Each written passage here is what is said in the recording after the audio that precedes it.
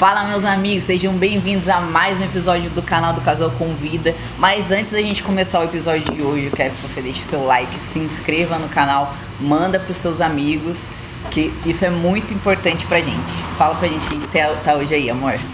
E hoje a gente tá com mais um casal aqui, companheiro nosso lá da Poema, frequenta a Poema, acabou de se tornar líder de GC. Já vou soltar aqui logo em primeira mão, porque semana que vem, a hora que for pro ar, já tá rolando o GC. Assumiram o GC aí da Poema, estão começando um trabalho novo na caminhada cristã deles aí. E vamos descobrir qual que é a história de vida. Hoje eu confesso que eu também não sei. Essa é uma surpresa. Algumas histórias às vezes eu trago aqui porque a gente já teve um contato a mais, a gente se conhece, mas eu não sei qual que é a história desse casal que eles vão pôr pra gente hoje. Sejam bem-vindos hoje ao Casal Convida.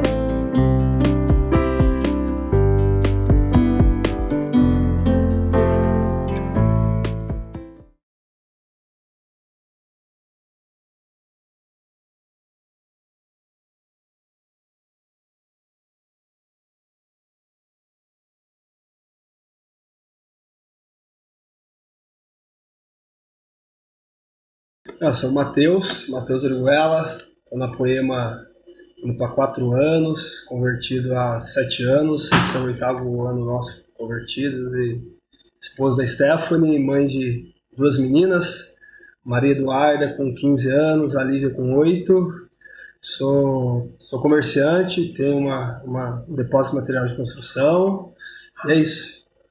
Quer se apresentar? Fala aí. Você me apresentou.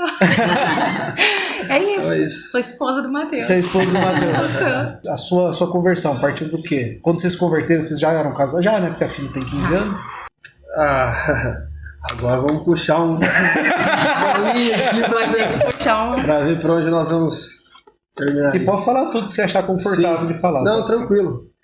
Cara, na verdade, assim, um pouquinho que a gente conversou aqui antes... o próprio relato seu aí, processo seu, não é um pouco diferente do meu, aquilo que nós tínhamos como a intuição, talvez, sim, né? Já era, acredito que já era Jesus ali guardando. A gente entendia como intuição, né? Entendíamos como intuição. E, cara, eu sempre fui esse cara aí, um pouco mais tranquilo, um cara que eu sempre tinha essa intuição, até a gente conseguir se descobrir. Eu cresci no catolicismo, cresci um pouco com a minha avó materna. A sua avó também, né, amor? Sim.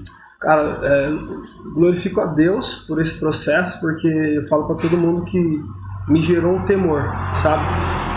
Aquele temor que quando você ia pecar, você não conseguia pecar, sabe? Com o sabor do pecado, você ficava sempre... Eu passei pelos processos, né? Catequese e tal, e quer queira que não, Dia das Crianças, todas essas festas aconteciam ali na comunidade, então eu era bem envolvido, né? Isso foi ali até meus 13, 14 anos, aí também é onde eu já comecei a criar asa um pouco, né? Deixando de ser criança, passa a entrar naquela adolescência, um pouco da juventude, aí você já começa a fugir um pouco daqueles princípios. Que é normal, né? Você vê quase todo mundo, é a fase da escapada. É difícil conseguir... enraizar, talvez, assim, não sei. Minha mãe, eu fui criado sem pai, minha mãe não conseguia me manter ali. Eu perdi minha avó com 12, 13 anos, então já virou dessa fase. A pessoa mesmo que conseguia me manter já não estava mais presente, e aí eu fui criando asas, aí você já começa a desvirtuar um pouco, até onde... Nos meus 16 anos ali, eu comecei a dar uma flertada com uma igreja cristã, que tem uma turma chamada Ágape. Alguns amigos frequentavam lá e eu ia, a gente ia um pouco na minha idade, tá? Não é o caso deles nem de ninguém. Um pouco que as menininhas iam ali e tal. Adolescente é essa pegada mesmo, né? Aí cabe encher. É que você vê, até hoje, os adolescentes hoje, principalmente na nossa igreja, é diferente também, né? Sim. Hoje você vê o trabalho que a nossa igreja tem, consegue manter os adolescentes ali na pior fase, né, cara? Sim. E aí comecei, né, cara? Você começa a achar que você já é homem, sendo menino, começa a ter aquelas atitudes que... adolescente acha que sabe de tudo, né? A mãe já não tem mais autoridade sobre você, as pessoas já não tem mais, né? Aqueles que sempre tiveram voz, você já acha que você já pode se resolver. E o tempo foi passando e eu já comecei a cair no mundão. Ia na época célula, nossa GC lá é célula. Frequentava algumas células com os amigos, mas assim, só para estar juntos, até pela carência de amizade, carência de pessoas, né? E, enfim, aí até meus 18, 19 anos, todo um rolê no mundão, aquele lamaçal de pecado e tal. Aí eu conheci a Stephanie e ela veio também só pra ser minha parceira desse mundo, porque não mudou nada. Não mudou nada. Porque na época agregou o que já tava bagunçado. Aí, enfim, aí teve esse rolê que vamos concluir a conversão. Aí nós depois mudamos de cidade e eu acabei vindo pra Taubaté. Vocês não eram daqui? Não. Batuba? Porque aí é o processo só para eu chegar na conversão. Aí em 2015 nós nos convertemos numa igreja que era a Igreja do Povo, que depois se tornou Doxa, que hoje é Poema. Fez a fusão conosco lá. E então eu me converti ali. Então de 2015 para trás é o Mateus e o Mateus com a Stephanie. E 2015 para cá já é um outro Mateus. Então esse é o processo da conversão. Nós nos convertemos em 2015, minha primeira filha tinha 7 anos e a segunda a Steph estava grávida quando nós nos convertemos. Chegamos na igreja, ela grávida da segunda. É isso. Valeu. Curte, comenta, compartilha, se inscreve no canal.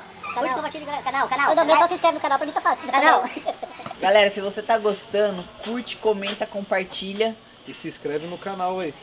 Hoje eu enxergo o porquê que eu passei por cada situação que eu passei lá atrás. Então, como eu disse, o catolicismo gerou no meu coração esse temor a Deus e as passagens lá atrás também, na adolescência, na juventude, com nas outras igrejas que nós passamos e a convicção que a gente veio, a intuição que nós começamos a conversa. Cara, eu sempre sabia que eu tinha... Isso é estranho falar, não sei, complexo falar, mas sempre parecia que eu sempre tive que eu era um cara mimado por Deus, até mesmo o cuidado de Deus, até mesmo dentro desses caminhos errados, na loucura que eu passei por lugares que eu me lembro que uma vez uma profeta depois chegou em mim orando, entregando uma parada, ela falou assim, cara, eu estive com você, eu sempre estive com você, nos lugares onde você mais achava que eu não estava, ali eu estava com você, cuidando de você. Protegendo. Então aquilo assim, cara, eu falei, então tudo isso que já era construído, já vinha sendo construído com o casamento, com as meninas que eu já tinha uma e estava chegando, eu com a Stephanie tentando, cansado de quebrar a cabeça, nós em 17 anos juntos, ficamos 4 meses separados e, cara, só trouxe marcas, só, sabe, feridas que não precisava trazer, mas mesmo juntos também, vocês... Como também o casamento te trouxe para esse lugar, eu vim também um pouco por conta da construir a minha família, querer o melhor para minha família, começar a entender que eu precisava realmente viver uma vida como uma recompensa daquilo que eu já tinha como intuição, sabe? Precisava estar debaixo de Deus realmente, da vontade dele, daquilo que tinha para mim, negando a mim mesmo. Nesse processo, você já vem escutando algumas coisas. Lá de trás você já escuta promessas, lá de trás você já escuta princípios. Então, eu não cheguei zerado, mas eu cheguei muito sujo. Mas eu cheguei de um Deus desconhecido. Você já tinha a base, né? Já cheguei assim. Então, nós sabíamos que nós estávamos fadados a continuar não dando certo, continuar se ferindo, a continuar perdendo a nossa família. Então aí foi quando a gente decidiu, falou, vamos, e aí eu uso a palavra decidiu, e perguntei para a Mirielle, vocês decidiram se batizar porque muitas pessoas se emocionam. Sim. Se emocionam para se batizar, e eu me decidi a me batizar. E também depois de um certo tempo que eu percebi o porquê da minha decisão. Nós temos pecados que nós praticamos, pecados consumados, e temos pecados da nossa mente, né? E aí todos aqueles pecados consumados, aqueles que eu praticava, eu precisei decidir deixá-los. Então a minha conversão foi uma decisão. Eu fui ali assediado, né, pelos amigos para se batizar. Não, você precisa se batizar, você precisa se batizar. Levou 5 meses. E eu pulei um batismo, ocorreu um batismo nesse período, porque eu não estava decidido. Estava 100% Eu não certo, queria né? me emocionar, me batizar para continuar praticando o que eu praticava. Aí quando eu decidi, pela convicção do Espírito Santo, pela Espírito Santo ter me convencido de fato, sem emoções, sem homens me empurrar para esse lugar, aí eu me batizei. Aí esses pecados, gente, pelo amor de Deus, não deixei de ser pecador. Todo mundo tem suas dificuldades, né? Mas esses pecados praticados, esses pecados consumados, esses pecados que de práticas mesmo, esses eu deixei para trás, sabe? Cara, que eu tinha dificuldade na área financeira, assim, eu sempre tive uma facilidade de ganhar dinheiro, honestamente ou não. Como que é o pecado esqueci de cara, pornográficos, todos pecados Eu passou por isso que também. deixei para trás, de vícios deixei para trás, aqueles a quais realmente dependia de mim. Agora aqueles que ainda estão na mente e tal, esses ainda a gente luta, né? A gente tem que vigiar, né? 100% Vigiar, quanto vigiar, mais né? você vai entregando sua vida, e esses pecados vão ficando mais leves, né? Começa a aparecer uns outros, né? Ainda mais íntimo dentro do seu coração, que é só com Jesus mesmo. Enfim, é mais ou menos isso daí. É um motivo da decisão, eu decidi me batizar para realmente viver essa nova vida. Então, por isso que é um Mateus 2015 para cá fases, né? e um Mateus 2015 para trás, sabe? É isso. E essa parte do batismo, e é legal você ter citado isso daí. Porque eu vejo que muita gente se batiza na emoção, né? Sim. Até no dia mesmo, né? Cara, quem convence é o Espírito Santo, cara. É isso aí. Não adianta a gente querer Se batiza, viver não essa muda, emoção né? religiosa que a gente acaba realmente... Você vê, a gente tava numa vibe tanto de batizar que devido a ter voltado da pandemia, tava essa dificuldade a Poema tava voltando, né? Eu já tinha pedido pro pai do Bruno batizar lá na Praia Grande. Eu falei, amor, Aí eu mandei na batizar, caixinha cara. de perguntas do Leandro, quando Leandro. que ia ter batido. Daí ele marcou o Marcou o Ladentinho. Landentinho na resposta E daí já saiu logo a seguido data. saiu. Aí eu falei, vamos embora. Então, eu acredito que não é diferente, como você disse, né? Você decidiu para não mais voltar a viver essas práticas, sabe? Realmente é um nascer de novo, né? Não tem mais... E ele, o Tem mais legal de opção tudo que eu de vim querer- entender essa parada de morrer e nascer agora. Que quando Moisés tirou o povo do lado do Egito e ficou os 40 anos no deserto até achar a terra prometida, você começa a estudar a Bíblia, aí você começa a encaixar, você fala, meu Deus, como é perfeito, né? Muita gente aí que não é cristão, que não lê a Bíblia, pode até passar pela cabeça, vai que foi alguém que escreveu, né? Porque hoje em dia a gente assiste cada filme que você fala, meu Deus, que saiu essa história? Né? Se o cara, eu falo porque eu já tive esses pensamentos, mas se o cara fez um filme desse, alguém em uma certa época teve a ideia e escreveu a Bíblia. Você tem esses pensamentos, né? Mas depois que você começa a estudar e ver a perfeição do que está tudo que está ali escrito, ainda mais quando você começa a ler a Bíblia e muitas vezes você ter uma revelação do Espírito Santo que você está lendo, aí é mais louco ainda, né? Que você começa a aprofundar, porque tem vários tipos de interpretação de Bíblia, né? Você pode interpretar com as suas palavras que você está lendo, e você tem a interpretação que o Espírito Santo te dá. Então depois que eu li, que você ficava ali, o Moisés ficou 40 anos ali, rodando, e a terra prometida na porta, a galera murmurando e reclama, e daqui. Quando chegou na terra prometida, todo o povo que saiu do Egito tinha morrido. Sim. Quer dizer, não sobreviveu ninguém. Então, para ter a entrada na terra prometida, não sobrou ninguém do povo que saiu do Egito. Então, precisou todo mundo morrer e a geração nova poder entrar com visão nova, com o aprendizado que Deus tinha para eles. Então Deus moeu o povo 40 anos e ninguém aprendeu nada. Então realmente precisou morrer para nascer de novo. Foi onde que eu tive, falei, então é isso aí. Então não tem como você não morrer, não mudar como ser humano, como pessoa, se você não morrer. Cara, a palavra E é muito louco, né? A palavra de Deus vai falar, né? Antes de tomar a sua cruz, negue-se a si mesmo. Então você passa a entender que o maior impostor da sua vida é você mesmo. Então negar-se a si mesmo para você pegar a sua cruz e seguir ele, cara, a gente está falando realmente de renúncia, de uma vida... Pesado. Pesado, não é fácil. Não é fácil. Não é fácil. Você conseguir desconstruir tudo aquilo que a vida te ofereceu até esse ano, o ano que passou, um dos discipuladores que estavam nesse momento conosco, ele pôde me fazer entender um pouco isso daí, sabe? De conseguir se descascar, sabe? De tudo aquilo que o instinto de sobrevivência causou em mim. E eu vou falar um pouco do rolê passado.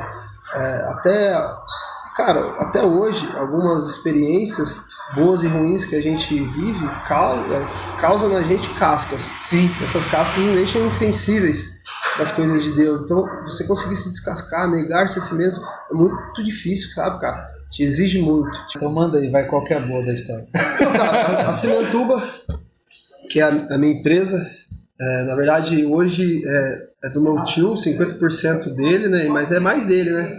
Manda quem pode, obedece quem tem juízo, né? Eu sou um cara ajuizado. Cara, a Cimentuba é uma empresa, é um grupo hoje, acabou tomando uma proporção bem legal. Sempre foi do meu tio, sabe? Parte de pai. Ele saiu de Ubatuba, por isso que é Cimentuba, e enfim, foi crescendo, chegou em Taubaté. Eu sempre trabalhei para ele desde os meus 14, 15 anos. Primeiro comecei no avô, com 14 anos. E aí depois fui para Cimentuba, meu tio, um cara muito parceiro, mas também menino na época, sempre se colocou como uma voz paterna para mim e para o meu irmão. Que, como eu disse, eu cresci sem pai. Mas difícil, meu tio sempre foi um cara muito concentrado no negócio, então nunca misturou nada, sabe? Nesses 4 meses que eu falei que eu fiquei separado da Stephanie, nós decidimos que em Ubatuba não daríamos para continuar, então precisávamos sair de lá.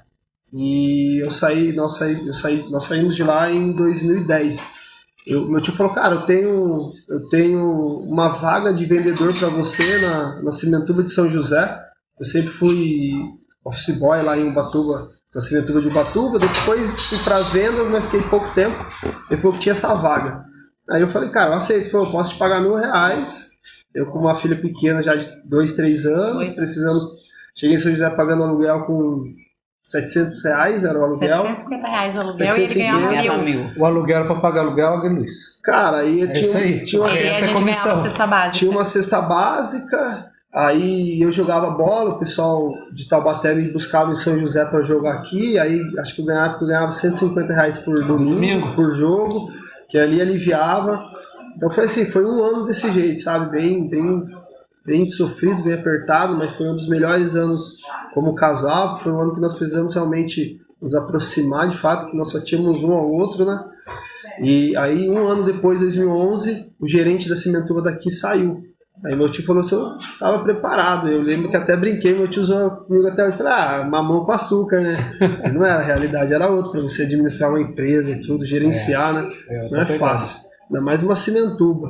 E os Cimentubas aí que eu ouvi, sabe o que eu tô falando, galera, do Cimentuba. E é muito item, né, cara? Muito detalhezinho, né, cara? Eu sofri também no supermercado, cara. É complicado. O supermercado tinha 9.000 itens. Até que a minha não tem. A minha não tem, mas a política da Cimentuba é bem complicada. Não é à toa que é um grupo bem sucedido. Sim. Porque tem sua política particular, né? Enfim. E aí eu comecei a gerenciar aqui em 2011. Cara, em 2013... meu tio chamou eu e meu irmão, que meu irmão gerenciava uma Cimentuba lá em Ubatuba. Aí meu tio falou, cara, vocês sempre estiveram comigo, eu sempre falei que não ia desamparar vocês já não pensam mais como funcionários. Eu acho que na verdade não era essa a visão dele, mas eu acho que ele já estava de saco cheio de tanto que a gente brigava. Batia de frente pro sistema. Misturava tudo, né, cara? Mistura tudo, enfim. Família é difícil. Hoje, graças a Deus, eu já aprendi bastante. Hoje eu falo pro meu tio que é ele que mistura. Mas ele não acredita. Ele acha que a gente ainda sofre mania de perseguição na Cimentuba. Bom, aí eu vim gerenciar aqui. Gerenciei em 2013. Ele chamou a gente, apresentou os DREs das empresas e falou, ó, seu DRE tá aqui, o seu tá aqui, vocês sabem como é que funciona. Queria propor algo para vocês, queria vender a Cimentuba para vocês. Vocês pagam aí parcelado e tal, enfim, aí eu comprei. Aí 2015 foi tipo o melhor ano nosso financeiro. Eu tava abrindo uma outra Cimentuba, enfim, foi o melhor ano nosso. Aí foi onde eu me converti. Fala galera, tá curtindo o episódio de hoje? Então aproveita e segue nossos patrocinadores. Esse canal só acontece graças a eles. BBQ Boutique de Carnes, Maria Vegas Delícias Veganas, Alpha Sport Streetwear, Ramo de Oliveira Culinária Saudável, Ecoville Taubaté Produtos de Limpezas. E a JF7, consultoria em transporte.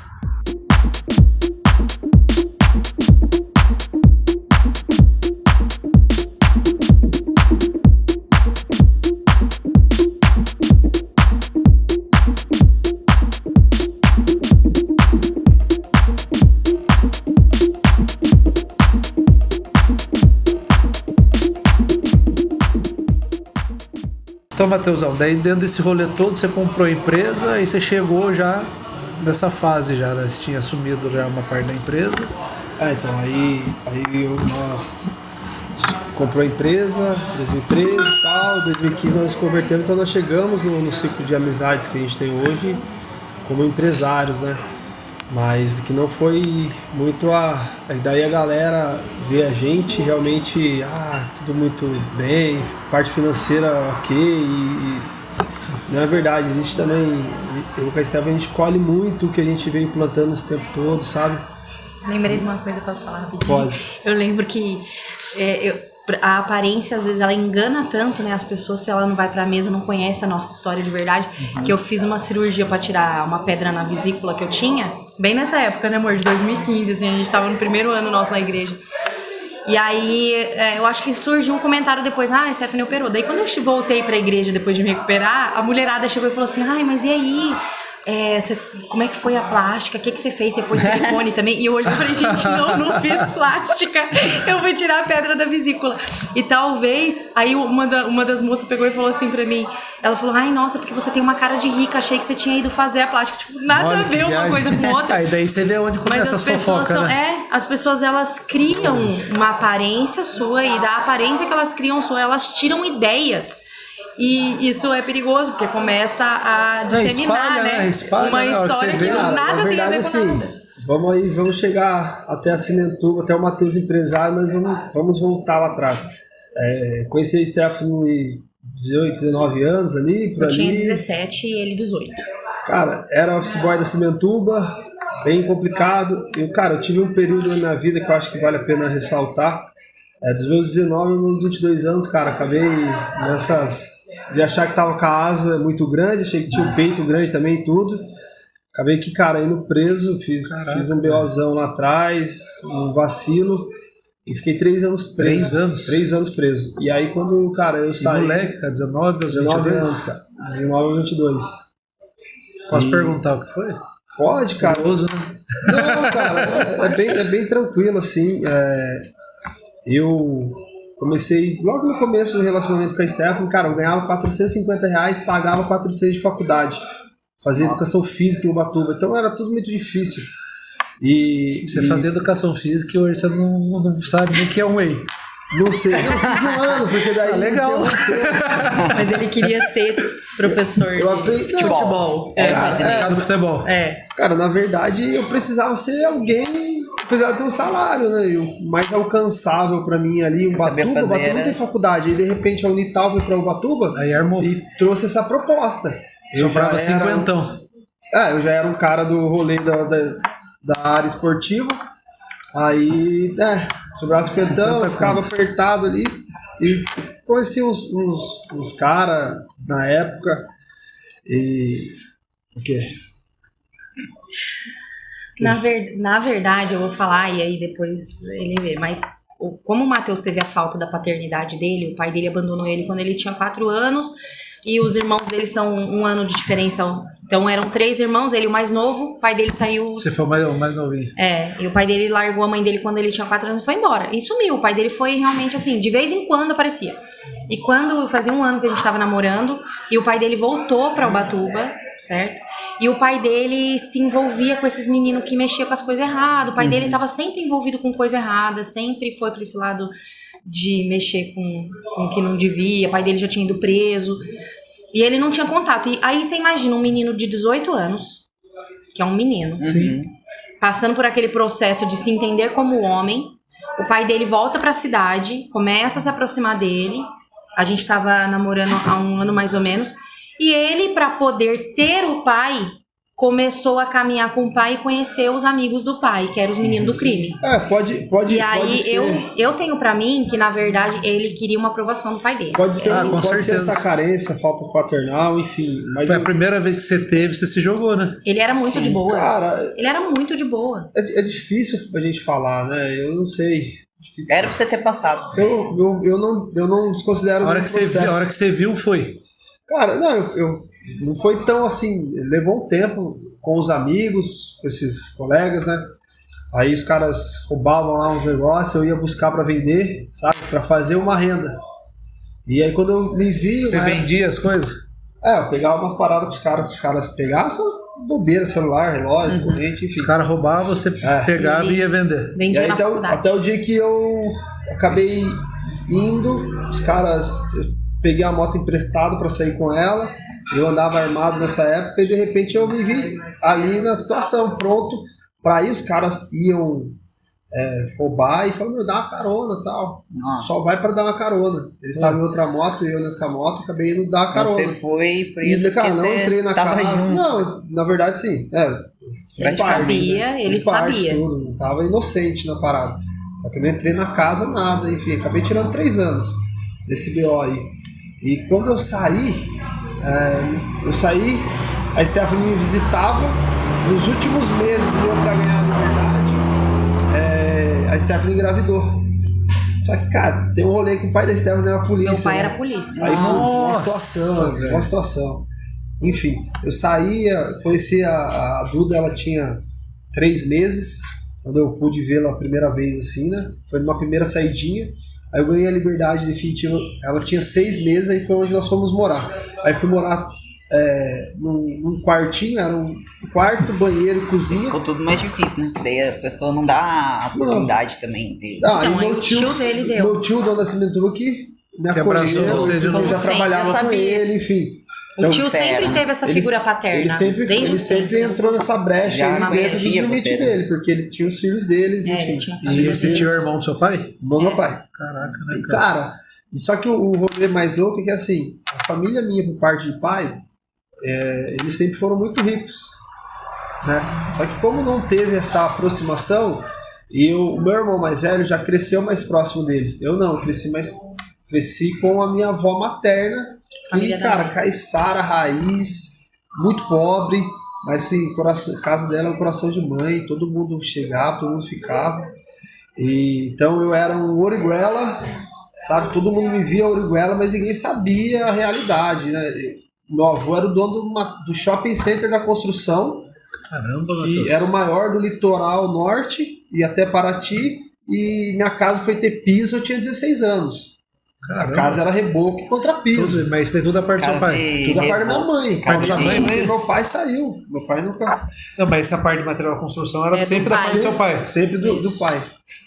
E então, cara, aí imagina a cabeça, imagina tudo. Então eu passei todo esse lado que ninguém vê, ninguém viu. Aqui em Taubaté todo mundo viu o empresário que chegou, mas ninguém viu todos esses processos que a gente foi passando.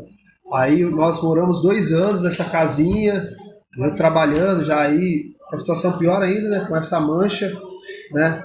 Você passava. Galera, se meu tio não bebê. desse uma oportunidade. E isso aconteceu em Ubatuba. Ubatuba. Em Ubatuba sendo pequeno, todo mundo sabe que acontece com todo mundo, Nossa, praticamente, né? todo mundo. Até aí de boa. O ruim é que daí eu já tinha uma filha, eu tinha uma família pra cuidar, né? Muito moleque. A minha juventude tinha sido abortada e de repente eu fiquei 3 anos preso quando eu saí. Já era Cara, pai, família era- pra cuidar. uma responsabilidade muito maior do que aquela de pagar a faculdade que eu tinha, sabe? E aí nós ficamos 2 anos, aí houve aqueles 4 meses Sim. separados, e nós fomos pra São José, e São José foi onde eu... Pra restaurar, a gente tentou mudar pra São José pra realmente tentar restaurar o nosso casamento, porque a gente sabia que em Ubatuba não ia dar certo. Eu fiquei 2 anos morando com ele lá em Ubatuba. Era um caos. Nosso casamento era um caos. Um caos. Mas E por causa das aí, pessoas, você fala? por causa de nós dois mesmo, imagina. Falta de caráter. Ele tudo saiu aqueles BO, da tudo. prisão com uma mulher e com uma filha. Eu queria uma família. Sim. Eu tava posicionada que eu E queria um ele saiu marido. com a cabeça E ele de quando ele entrou. Ele queria jogar bola com os amigos, ele queria ser solteiro, ele queria ir pra muito balada. pior, porque daí você sai um pouco pro crime, para aquele lado tipo de popstar, o lado que tem um pessoal, uma parte da sociedade que exalta Sim. esse lado criminoso, né? Então, pra esse pessoal, você sai um popstar. Nossa, a mulherada ficava louca atrás dele, porque ele tinha saído da E cadeia. Ubatuba, cara, sei lá, acho que é meio que cultural do litoral, sabe? O pessoal exalta muito esse lado. Hoje, pra mim não é glória nenhuma. Foi aquela época, mas, cara, não é glória. Eu oriento muito os caras que falam, mano, é tudo ilusão. Realmente é, de fato é. E a cadeia, cara, infelizmente faz mal pra ninguém. Só torna o cara ainda mais... Aquilo que ele não é, ele sai sendo, entendeu? Pro lado ruim da situação, pro lado do crime. Então você sai, cara, todo com a cabeça a milhão, um monte de gente pagando pau e aquelas bobeiras tudo. Então, Você acaba se encantando com a situação que era pra você ter vergonha, né? Exatamente. Que enaltece, né? Exatamente. Exato. Então, pra lidar com tudo aquilo, E eu não pai, sendo aceitava, tudo, imagina, meu pai policial. Nossa, seu pai deve ter tocado horror também. Né? E eu bati de frente com a minha família pra poder continuar com ele. Então, quando ele saiu, eu falei, não, eu vou ter aquele menino que eu me apaixonei de volta. Porque quando eu me apaixonei por ele, cara, o Matheus não era um cara que fazia coisa errada. Mal ele falava gíria. Ele era muito tranquilo, cara, eu fumava cigarro, assim, de balada e tal. Ele odiava cigarro, sabe? Então... Ele era tão tranquilo e, de repente, quando ele saiu daquele lugar e eu pensei, nossa, agora eu vou ter meu marido, vou criar minha filha, era tudo que eu queria, uma família. Ele saiu com a cabeça virada. Fomos para 4 meses separados em Ubatuba e fomos restaurar nosso casamento em São José nessas condições. Afastar de todo mundo. Nessas condições que meu tio tinha oferecido. Também no limite, né? Cara, os 10 últimos dias do mês era arroz e tomate. Esse aí era uma Foram os dias mais felizes do nosso casamento. Pro casamento em si, foi. Restaurou o nosso casamento. Aí cheguei em Taubaté, um ano gerenciando a Cimentuba para mim poder comprar. Pro meu tio comprar, não, meu tio resolver abrir mão, porque ele facilitou tudo. Ele, tipo assim, mano, tô aqui, me dá um X por mês que eu sei que vocês vão conseguir e toca a vida de vocês. Deu na mão suas, né? Coisa de pai pra filho. Né? Exatamente. E... até perdi o raciocínio. Por fim, aí em 2015 nós estávamos no nosso melhor ano e nos convertemos. Em 2015 eu me converti nessa situação, decidi a não viver mais algumas coisas que eu carregava desse tempo todo, mas, cara, dentro de mim ainda existia essa briga, aquela intuição que nós falamos no começo, cara, era uma convicção tão grande que eu tinha que para muitos se tornava um orgulho. Parecia que eu era um cara orgulhoso. E até esse último ano, algumas pessoas, em algumas conversas, tentou apagar. A nossa igreja é uma igreja que não rouba subjetividade. Então, se a gente não tomar cuidado, alguns vão tentar roubar essa subjetividade de você. E eu sempre fui um cara que sempre fui chamado de um instinto de liderança, sabe? Um cara muito convicto de fé. Eu sempre fui um cara muito convicto daquela pessoa que eu era em Jesus, que eu era em Cristo. Desde quando eu tinha as intuições. Só que as pessoas, alguns têm isso como um orgulho da sua parte e tal, e não é. Nunca foi. Graças a Deus, esse tempo todo, Jesus sempre mostrou o caminho, eu que a Stephanie sempre soube responder a esse caminho e a andar nele. Então, a gente teve muito mais acertos de decisões do que erros, sabe? Em Cristo. Não estou falando ministerial. Sim. Porque ministerial ainda encontra... limites do homem, né? Sim. Em Cristo não. Então, 2015 eu me converti decidido, comecei a largar as práticas e comecei a amadurecer.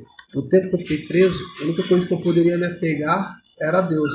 Só que você se apega de uma maneira superficial e rasa. Só que eu lia muito o Antigo Testamento, o Novo Testamento, os Evangelhos, a princípio, sem entender muita coisa, mas eu lia. Então aquelas promessas eu mantinha no meu coração, tudo aquilo que Jesus prometia. Você absorveu o que estava ali, né? Eu me apegava àquilo, mas nunca fui hipócrita de achar que eu deveria viver aquilo. Mas sabia que um dia eu ia viver, sabe? Um dia que eu desse o sim para ele. Que foi 2015, 29 de março de 2015, cara, nunca esqueço. E dali para cá, aí foi o novo Matheus, o novo pai, o novo marido, o novo filho, o novo tudo. Vim aprendendo, vim sendo dia após dia Jesus aperfeiçoando, até hoje está aperfeiçoando, mas já foi diferente. Aí hoje o Matheus, 8 anos convertido, eu olho para trás e louvo a Deus por ter ficado 3 anos preso. porque onde eu pude aprender a ser um homem de fato, sabe? Porque ali seu sim, seu não, seu não. Ali você não tem emoções que te guiam. Porque, cara, o sistema ele é bruto, ele é atropelador, ele não espera. O sistema carcerário, ele forja o cara. E ali hoje eu me vi, quanto que pela falta do meu pai, pela falta sabe, uma maneira de um cara me formar como um homem, eu não tive. E foi esse tempo. Então a minha palavra, eu fiz muita questão, até hoje a minha palavra que eu falo, tá falado, tipo assim... Vale mais do que qualquer coisa. Exato, não que tá falado que é só a minha opinião. É que eu, cara, jamais vou voltar atrás com ela.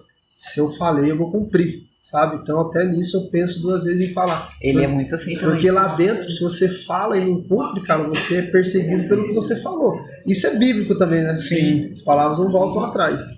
Então, aí eu fui lidando, cara. Aí eu consegui... nesses 8 anos, fazendo ano após ano, e a parada, e a Bíblia vai ensinar que é de glória em glória, né? Então é de tempos em tempos, de processos em processos, que Jesus vai nos lapidando, sabe, cara?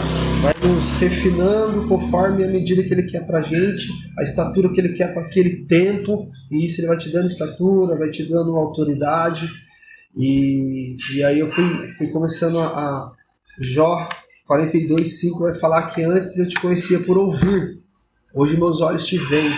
E aí eu volto no que o Lucas trouxe aqui, né? Conhecereis o Filho, verdadeiramente sereis livres. Eu pude conhecer Jesus, eu vim conhecendo Ele de glória em glória, sabe? De sim em sim, de renúncia em renúncia, de não em não. E aí Ele me levou num lugar de revelação que hoje homem nenhum pode me tirar, sabe? Aí eu entro com a minha convicção. Não é um arroto evangélico, não sei. Mas eu alcancei um lugar nele. Não estou falando que alcancei, não. É que já é o suficiente para que ninguém consegue me tirar de lá. Sua identidade, né? Você encontrou a sua identidade. A minha identidade nele, realmente a minha identidade nele.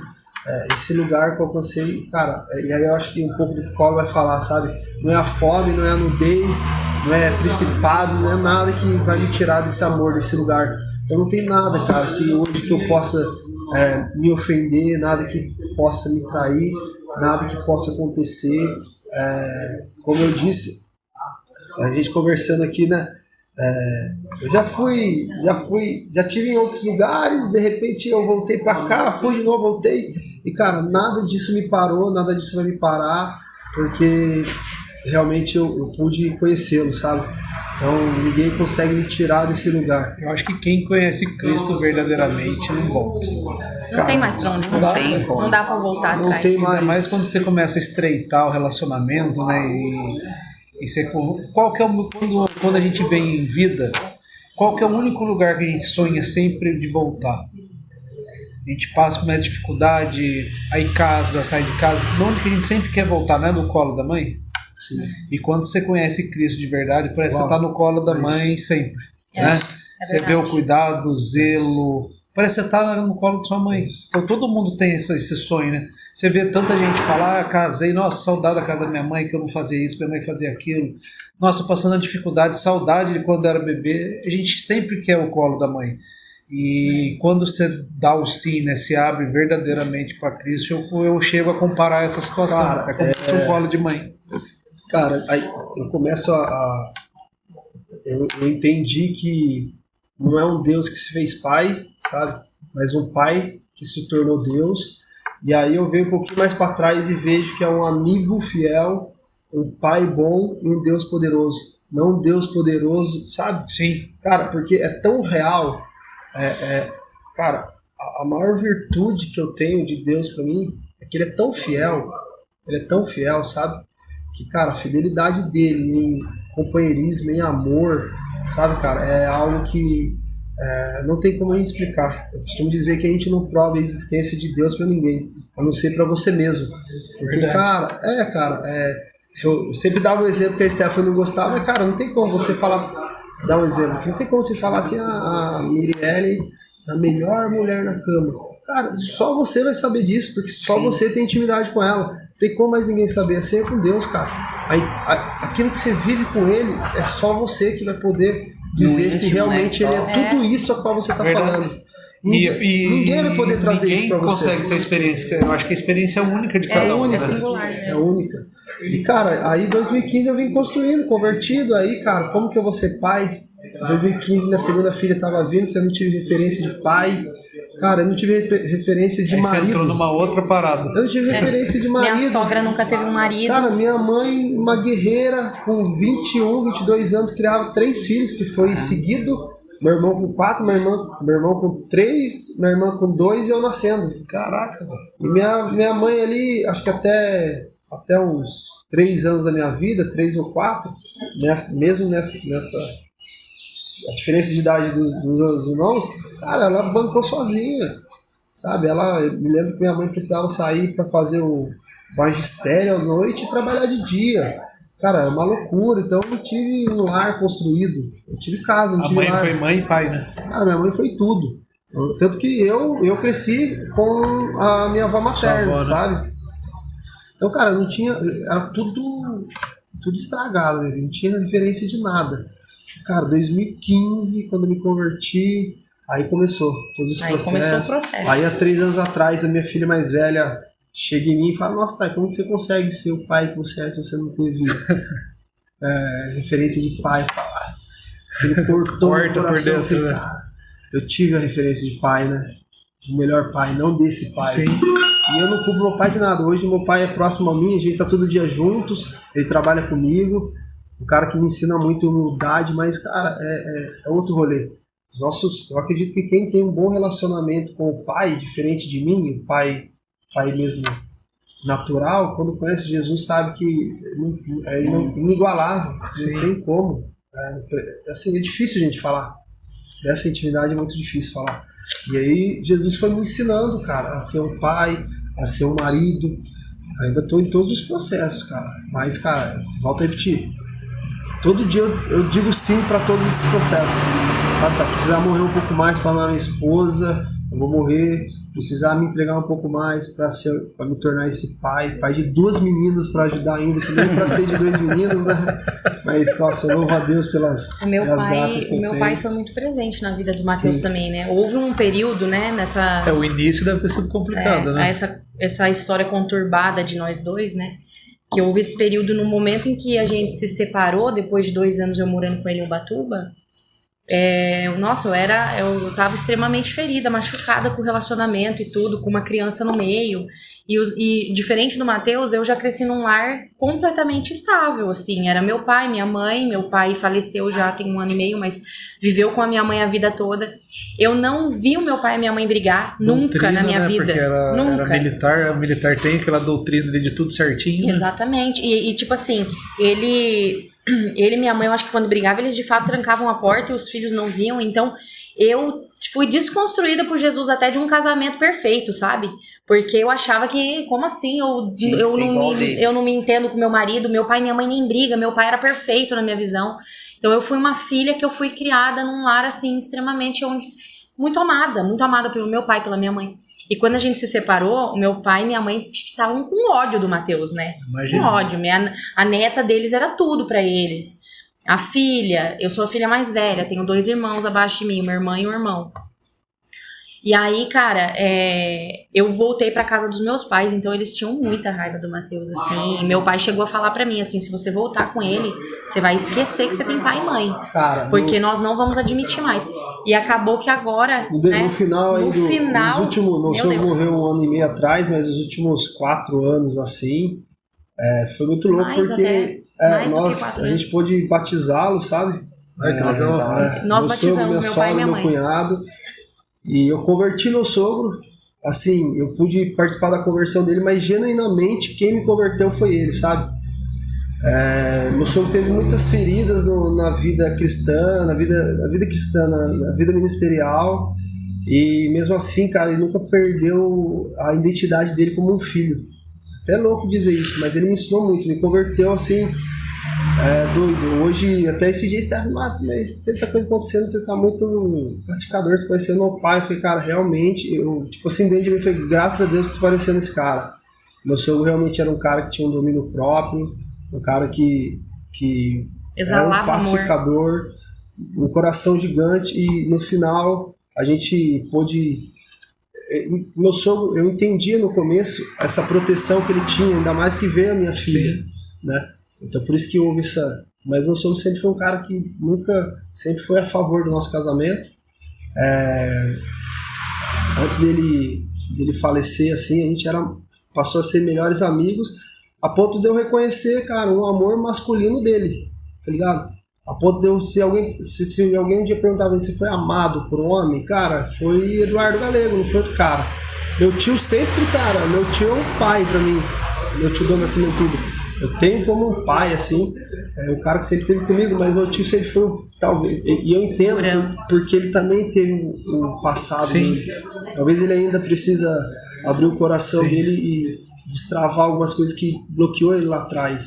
Só que o meu sogro não, cara, e aí eu pude, assim, realmente me sentir amado, sabe? Cara, eu liguei pra minha mãe quando ele faleceu, eu falei, mãe, você perdeu o cara que um dia me amou, sabe, assim, e um amor de pai que eu nunca tive, é até difícil falar dele. Mas aí é isso, o rolê foi todo isso daí.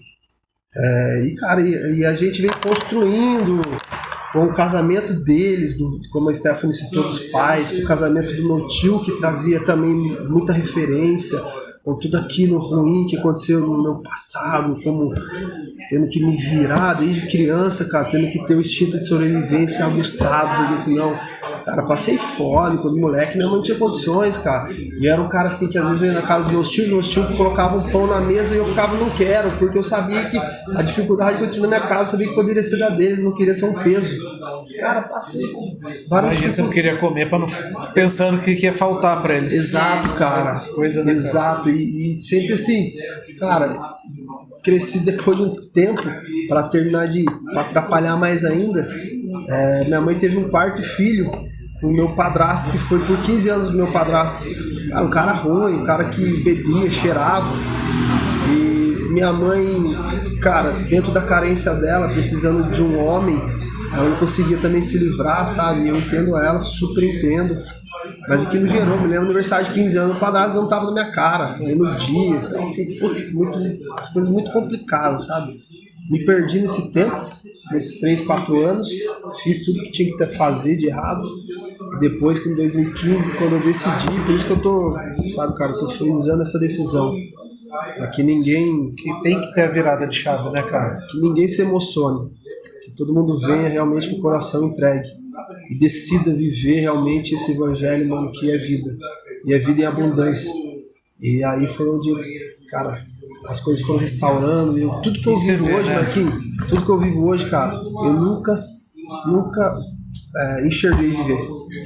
Nunca enxerguei, cara. Jesus, acho que você estava falando dos planos dele no começo, né? Muito maiores que o nosso. E é isso, cara. É exatamente isso. A única forma de atrairmos a Deus é um coração quebrantado e contrito. Um coração rendido, cara. Senão a gente não atrai. Senão a gente dá aquilo que é nosso, protegido, né? E ele quer esse coração totalmente ele quer desprovido da gente, né? Vulnerável a ele. Tem muita gente na igreja indo buscar uma experiência com o poder de Deus. Sim. Mas, na verdade, a igreja deveria ser, cara, uma forma da gente compreender aquilo que Jesus quer para todos nós, né? Nós deveríamos começar a ter uma consciência, a criar uma consciência da vontade dele como corpo, como filho, sabe? Só que a gente ainda fica dependentes do poder dependentes da experiência com o poder dele. E aí acaba se tornando essa igreja religiosa que se tornou cultural, que hoje ninguém consegue ouvir sobre o dízimo, ninguém consegue acreditar mais na igreja, isso e aquilo. Não é verdade. Sim. Isso não é verdade, cara. Há poder no corpo, há poder na unidade, sabe, cara? Há poder no relacionamento, na mesa, a mesa é poderosa. Jesus trazia todos para a mesa. Os olhos se abriram no partir do pão na mesa de Emaús, né, cara?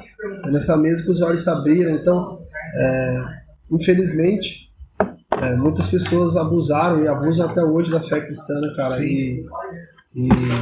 Mas as pessoas poderiam se dar uma oportunidade, sabe?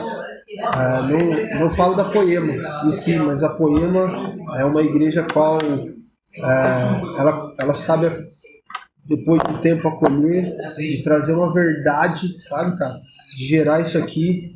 Lá isso não tem passamão, né, cara? Isso faz parte do DNA, cara. Cultura da mesa, cultura do sacerdote, sabe, cara? Cultura do governo. E só pra você ter uma ideia, Matheusão, quando a gente criou o canal, depois que a gente criou, que a gente veio se tocar, que a gente tava gravando um canal fazendo uma mesa. É isso. É isso. Não foi nem premeditado, né, mano? Não. Pra você ver. É isso. Como foi mão de Deus o desenrolar de tudo. Tanto de conhecer a galera aí. Cara, a mesa vai quebrar tudo. Às vezes a gente chega na igreja e olha pro Marquinhos, o cara é orgulhoso, aí o cara é isso. Aí vai pra mesa, meu, vê que não tem nada a ver, né? Então, assim, cara, a importância de você estar aqui, de poder acessar o coração dos outros, né? Isso pra mim Não tem o que pague, né? Isso pra mim parte da justiça de Deus, sabe, cara? Sim. Não é eu querer fazer com que você se torne um poemeiro. É eu querer fazer com que seu coração se renda ao meu e o meu ao seu. Isso é justiça de Deus. E aí a gente vai caminhando, sabe, cara? Eu entendendo as suas dificuldades, você entendendo a minha, a gente se ajudando, sabe? Um apoiando o outro, né, cara? Cara, um apoiando ao outro. Um pelo outro. O reino é nosso, o pai é nosso, o seu pecado tem que ser meu, tem que ser nosso. Sim. O meu tem que ser seu. Isso é família, né? Não posso querer, eles se viram lá aí, não. Agora a gente tem que viver corpo. Um dos maiores motivos que o Stephanie sempre se colocou à disposição de abrir nossa casa, mesmo sendo ou não, hoje com um encargo de liderança, cara, nunca fez diferença, porque a gente sempre amou. Nossa mesa sempre tá na cheia brecha, de gente. Sempre tá cheio de gente. Cara, sempre tá cheio de gente. E nós já graças a Deus. tentamos fugir desse lugar por um tempo, numa transição que nós passamos, e o Senhor parece que empurrava pessoas para nossa mesa. A mesa, ela cura, né? Então, assim, cara, não tem outro lugar. Achei louco que o Matheus, de muita coisa, sim, né? Achei louco que o Matheus estava falando que muita gente dentro da igreja procura uma experiência com o poder de Deus. E, essa experiência ela é muito válida. Porque nós precisamos ter uma experiência com o poder de Deus. Porque nós somos humanos e nós precisamos de coisas palpáveis, sabe? Mas não é isso que nos transforma. O que nos transforma, de verdade, é a decisão de permanecer depois da experiência com o poder. Cara, o poder de Deus, ele nos muda. Assim é os milagres. Os milagres que Jesus fazia mudavam as pessoas, mas não transformavam as pessoas. Você está curado, vai e não faça mais. Então, cara, o poder de Deus vai nos mudar. Mas, cara, a vontade dele vai nos transformar. E nós precisamos buscar essa vontade. Cara, a igreja em si, as pessoas fazem dela, não a igreja em si, as pessoas fazem dela uma assistência técnica de vaso quebrado. Então você tá com problema no seu casamento, você entra na igreja. Aí consertou, você sai. Então, cara, o que nós precisamos buscar de verdade é um encontro genuíno e pessoal com Deus. O Matheus, ele não me salva, sabe? Quando ele se batizou, é muito louco porque na época que ele estava preso e ele começou a ler a Bíblia, eu lembro que eu olhava e eu falava, vai não, Jesus, só falta esse cara ficar um bitolado de igreja, mano. Virar cristão. Só falta o cara sair daí, pastor. Os versículos com as promessas, eu marcava que promessa. E eu ia ver ele. Tipo, não sei do que, eu marcava que ia marcando. Eu ia ver ele ficava pregando pra mim. E eu tava pensando assim, cara. Verdade, cara. Eu lembro que uma vez eu falei pra ele, pelo amor, para de falar da Bíblia e tal. E eu já fui uma pessoa que eu tive muito contato com o cristianismo desde nova. Minha avó, ela é da congregação cristã, minha tia, elas me levavam, eu recitava versículo. A minha mãe nunca foi muito... A minha mãe era crente não praticante. Ela era cristã, mas não ia em igreja nenhuma. Então eu ia com a minha avó, tudo. E eu me lembro que depois, aí o Matheus ficou nessa vibe de ficar crentão, pregando pra mim preso, saiu, ficou louco, queria catar a mulherada, aí eu queria que ele fosse pra igreja comigo, ele não queria mais, e quando ele decidiu se batizar, eu me lembro que eu tava, não sei porquê, eu não queria, assim, eu ia pra igreja com ele, porque eu sabia que nós precisávamos pro nosso casamento, pra nossa família, e ele respondendo ao Senhor, ele querendo se batizar, ele com fome, e ele falava pra mim assim, ele falava, Stephanie, eu não convenço você de nada, cara. são respostas particulares. Se você não quer, não tem o que eu ou alguém possa fazer. Posso fazer. E aí eu fui sendo tocada por Jesus e fui indo aos poucos e eu ficava questionando, Jesus, por que eu tô com medo? Por que eu não quero? O que tá acontecendo?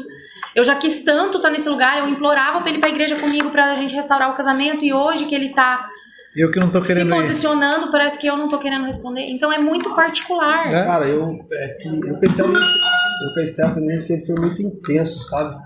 Então quando a gente se converteu, cara, foi realmente pra não olhar pra trás. né? Olhar pra trás. E aí, já viu, não? Você começa a atropelar um monte de coisa e a galera que tá 20 por hora, você já tá querendo passar por cima e vir, porque a gente foi vivendo. E uma coisa que eu acho muito legal também falar é que, tipo, tem muita gente que entra na igreja e fala, tipo assim, ai, depois que eu me converti, eu achei que eu ia encontrar Jesus e minha vida ia melhorar e piorou. Porque começam a acontecer processos. Bem-vindo ao mundo do cristão. Né? E a nossa resposta não tem. A nossa resposta, ela determina o tempo do nosso sofrimento. Então, quanto antes eu entender e responder, mais rápido eu vou, digamos, vai que avançar de fase. Mas eu preciso entender e responder com sabedoria daquilo que eu tô fazendo, com decisão, com discernimento daquilo que eu tô fazendo. E, cara, foi muito louco, porque a gente entrou na igreja num momento que nós estávamos no melhor momento da nossa vida, melhor momento financeiro que nós achamos que nunca íamos alcançar aquele lugar. A gente estava vivendo coisas incríveis. Nosso casamento não estava num momento ruim, nós estávamos bem, estávamos alinhados e tal. E, mano, de repente, nesse momento, Jesus quis mexer em coisas mais profundas e começou a trazer pra fora coisas que a gente não queria tocar, que a gente não queria falar dentro do nosso casamento. Não, mas tem que limpar. Enquanto não limpar, era o que não nós estávamos falando antes. Essa parada acho que foi uma parada que aconteceu, que catapultou a gente assim mesmo, sabe? Em autoridade, tá? Não porque para que a galera possa entender, em autoridade com Cristo. Sim. Talvez estando ou não em uma igreja, a nossa casa permanecia cheia, porque nós saímos da nossa primeira igreja e ficamos um período ali tentando entender Jesus, de onde íamos, período de transição. Mesmo assim, nossa casa permaneceu cheia, as pessoas ouvindo aquilo que a gente tinha para dar. As pessoas buscam, a gente olha pra gente e a gente fala, Jesus, a gente não tem nada pra dar, mas as pessoas estão ali, me ajuda no meu casamento. Esse acontecimento foi, cara, muito poderoso e marcante pro nosso relacionamento. Aconteceu algumas coisas, o Espírito Santo foi nos impulsionando a viver isso. Nós já estávamos liderando casais, nós já tínhamos uma célula na outra igreja, a gente tinha uma célula, já cuidava de casais. E nós estávamos tudo bem, estava tudo tranquilo. Eu comecei a ter alguns sonhos, algumas coisas que me atormentavam ali a respeito do nosso casamento, de coisas ocultas, mentiras. E nesse meio tempo o Espírito Santo falava com ele também. Cara, e teve um dia que o Espírito Santo, eu sempre tinha costume de ir na hora do almoço pro monte que tem lá perto do meu trabalho. Eu ia passar o horário do almoço lá e ele falou, hoje você vai ter essa mesa doida aí. Aí eu liguei pra Stephanie, 3 horas eu tô indo mais cedo pra casa, a gente vai ter a mesa, vamos ter uma mesa de tudo que tá acontecendo. Aí o Espírito Santo nos encorajou a isso. Eu tava em casa e quando ele me ligou, parece que eu já sabia o que ele ia trazer, né? Que na verdade eram coisas da nossa época do início do casamento, do namoro. Precisava te limpar o restante. Cara, precisava curar ela e me curar. E tava tudo bem, nós não estávamos brigando, isso que é legal pontuar, Tiago porque tava tudo muito bem. De se confessar, né? Uns aos outros. E aí, quando ele desligou o telefone falando que ele ia chegar mais cedo, o Espírito Santo falou pra mim, ele falou, olha, o Matheus vai falar com você hoje. Eu lembro que eu tava na cozinha lavando louça. E eu ouvi, assim, foi a experiência mais louca que eu tive na minha vida, porque eu ouvi, parece que a voz de Deus, assim, falando comigo, foi muito poderoso.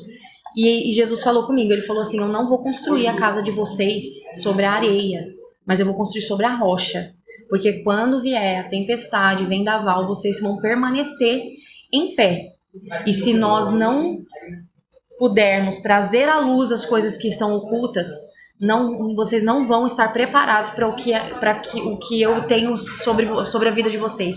E aí essa palavra, eu fui correr para a Bíblia e eu fui ler essa passagem de novo, onde Jesus fala lá, né, que a casa uns constrói as casas sobre a areia, outros sobre a rocha, quando vem a ventania. E eu comecei a chorar. Então, assim, quando o Matheus chegou em casa, eu já sabia o rumo que ia ser a conversa. Cara, e nós foi tivemos tipo uma mesa de confessar. A Stephanie me enquadrando e eu confessando tudo aquilo que, nossa, eu não queria e, meu, com medo. Todas as mentiras do nosso casamento. O que seria, né? O que poderia... Eu com medo que seria a reação dela e tal.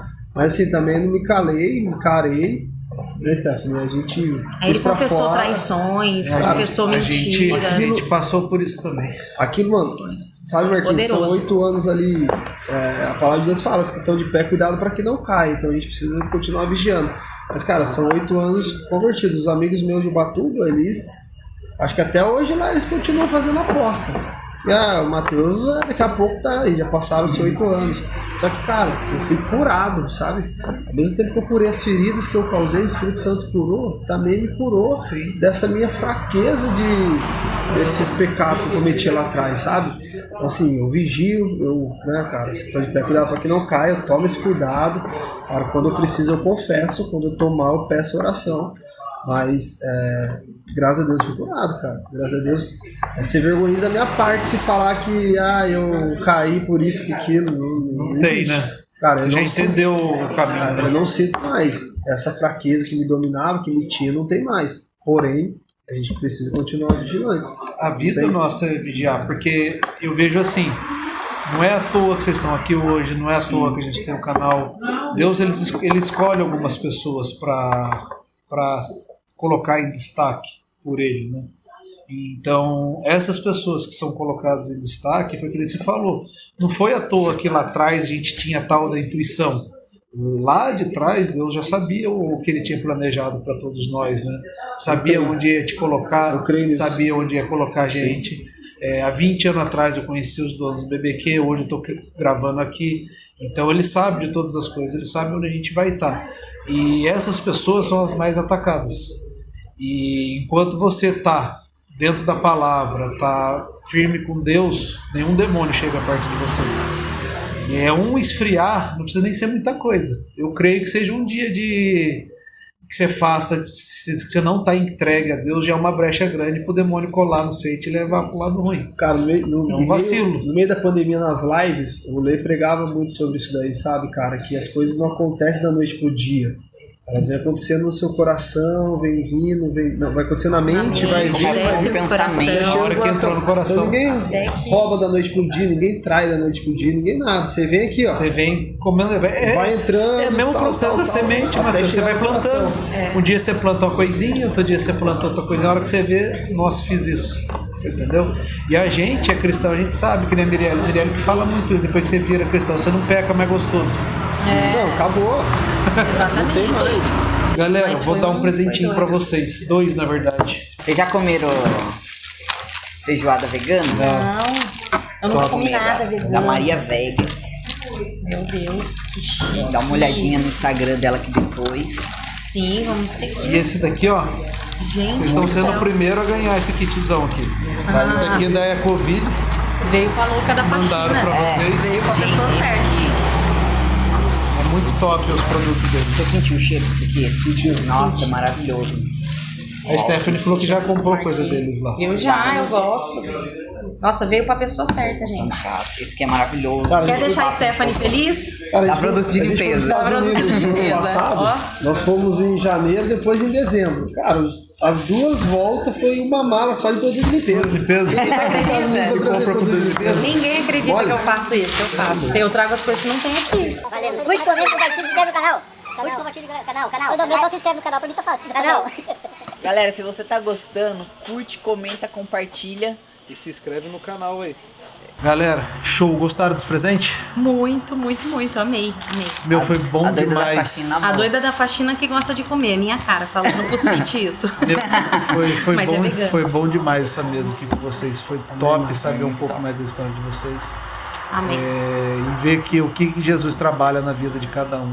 Cada pessoa que a gente traz aqui é uma experiência nova, né? É uma mudança de vida. E você vê que o final acaba tudo sendo igual, né? Sim.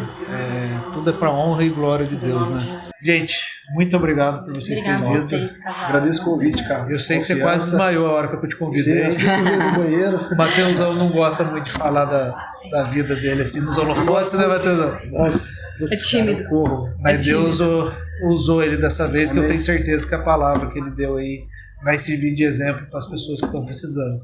Galera, muito obrigado. Mais uma gravação top aqui com a gente. Se você gostou, curte, comenta, compartilha, se inscreve no canal, manda pro seu amigo. Principalmente para os inimigos, porque vai tocar lá dentro do coração e ele pode ser seu amigo. Galera, valeu, gente. Obrigado. Com Deus. Amém.